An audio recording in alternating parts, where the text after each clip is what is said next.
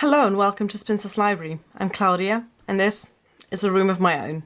A woman must have money and a room of her own if she is to write fiction, and that, you will see, leaves the great problem of the true nature of woman and the true nature of fiction unsolved. I am very lucky to have this space inside my house that belongs to me alone. I call this my office because this is where I spend most of my time writing my PhD thesis.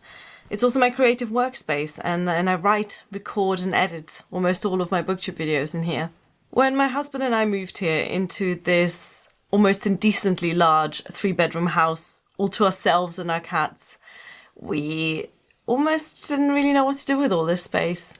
Before we moved here, we lived in a tiny 1-bedroom flat, very noisy, right above an Australia-themed bar. But one thing was clear when we came here. I was to have the biggest spare room. It works in my favour that I'm so short because this is right under the roof and the ceiling is rather low. My husband got the smaller of the 2 spare rooms, his office.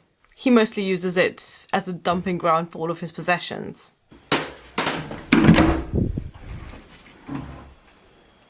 But anyway, this is my space. The biggest spare room, the office, the Spinster's library.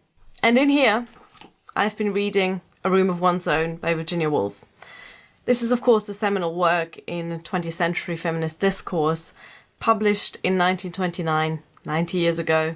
On the surface, it is a discourse on women and fiction, but really this tiny little book touches on so many more issues around historiography, privilege, and the creative process, all connected to the question of what circumstances need to be in place for a woman to be able to express her creativity in the form of a novel or a painting or a symphony or anything really.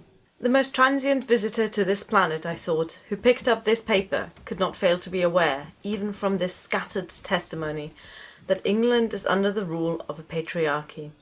Nobody in the census could fail to detect the dominance of the professor.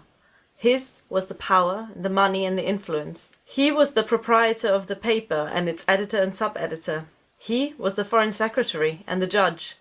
He was the cricketer. He owned the racehorses and the yachts. He was the director of the company that pays 200% to its shareholders.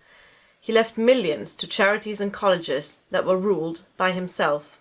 In a way, this is a rather depressing read in 2019. How much has really changed for women creators? How is it that we are still the exception rather than the norm? I spent much of last week attending an academic conference on women's work in music. And that alone is a strange thing to do. Can you even imagine a world in which such a conference would be completely superfluous? Can you imagine a world in which there is maybe even the need for a conference on men's work in music?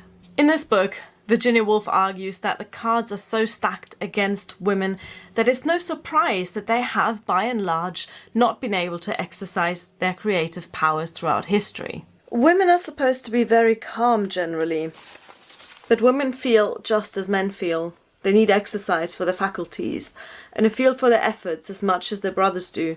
They suffer from too rigid a restraint, too absolute a stagnation, precisely as men would suffer. And it is narrow-minded in their more privileged fellow creatures to say that they ought to confine themselves to making puddings and knitting stockings, to playing on the piano and embroidering bags. It is thoughtless to condemn them or laugh at them if they seek to do more or learn more than custom has pronounced necessary for their sex. But this book touches on more than that. In addition to women having had to fight more, to struggle more to be able to exercise their creativity, and despite a large amount of women being excluded from those pursuits due to their lack of wealth and privilege and a room of their own, there is also the issue of history. History is by and large written by men, and so women have to a large extent been erased from it. And this is down to the way that women's work has been evaluated and compared to men's work. And since a novel has this correspondence to real life, its values are to some extent those of real life. But it is obvious that the values of women differ very often from the values which have been made by the other sex. Naturally, this is so. Yet it is the masculine values that prevail. Speaking crudely, football and sports are important. The worship of fashion, the buying of clothes, trivial. And these values are inevitably transferred from life to fiction. This is an important book, the critic assumes, because it deals with war. This is an insignificant book because it deals with the feelings of women in a drawing room. A scene in a battlefield is more important than a scene in a shop. Everywhere and much more subtly, the difference of value persists. To pull out another example from music history, women composers have always been discouraged from writing what we'd call large-scale works. Symphonies, concertos, operas, music for big orchestras, for choirs and ensembles. And that's why we now have a large opus of works by women composers for solo piano, or voice and piano, or small chamber ensembles. But even those symphonies and concertos and operas that women have managed to compose throughout the centuries are barely performed today in favour of the millionth performance of Beethoven's Fifth or yet another Mozart sonata. Men write history, and the way they write history ignores women and their contributions. For women have sat indoors all these millions of years, so that by this time the very walls are permeated by their creative force, which has indeed so overcharged the capacity of bricks and mortar that it must needs harness itself to pens and brushes and business and politics. But this creative power differs greatly from the creative power of men. And one must conclude that it would be 1,000 pities if it were hindered or wasted, for it was won by centuries of the most drastic discipline, and there is nothing to take its place. It would be 1,000 pities if women wrote like men, or lived like men, or looked like men, for if two sexes are quite inadequate considering the vastness and variety of the world, how should we manage with one only?